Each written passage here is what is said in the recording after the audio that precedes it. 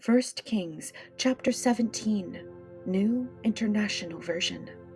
Now Elijah the Tishbite from Tishbe in Gilead said to Ahab, "As the Lord, the God of Israel lives, whom I serve, there will be neither dew nor rain in the next few years, except at my word." Then the word of the Lord came to Elijah.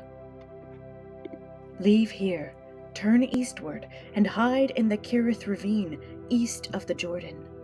You will drink from the brook, and I have directed the ravens to supply you with food there." So he did what the Lord had told him. He went to the Kerith ravine east of the Jordan and stayed there. The ravens brought him bread and meat in the morning, and bread and meat in the evening, and he drank from the brook. Sometime later, the brook dried up because there had been no rain in the land.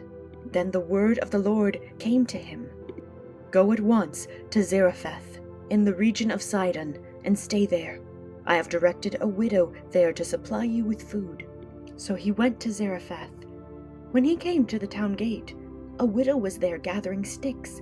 He called to her and asked, "Would you bring me a little water in a jar so I may have a drink?"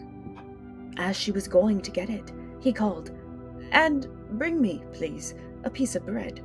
"As surely as the Lord your God lives," she replied, "I don't have any bread, only a handful of flour in a jar and a little olive oil in a jug.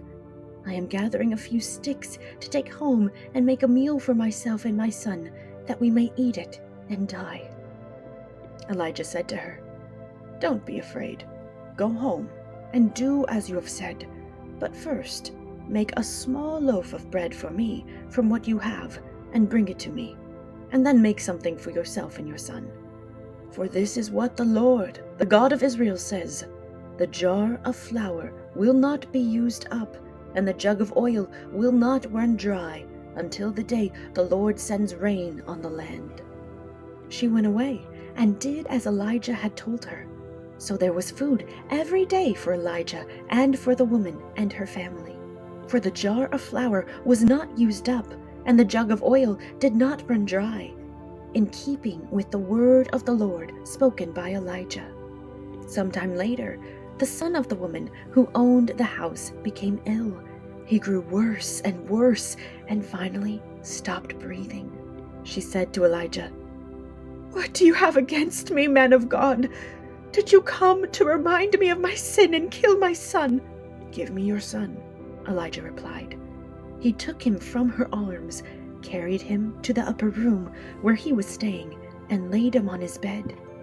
Then he cried out to the Lord, "Lord, my God, have you brought tragedy even on this widow I am staying with by causing her son to die?" Then he stretched himself out on the boy 3 times and cried out to the Lord, "Lord, my God, let this boy's life return to him." The Lord heard Elijah's cry, and the boy's life returned to him, and he lived. Elijah picked up the child and carried him down from the room into the house. He gave him to his mother and said, "Look, your son is alive."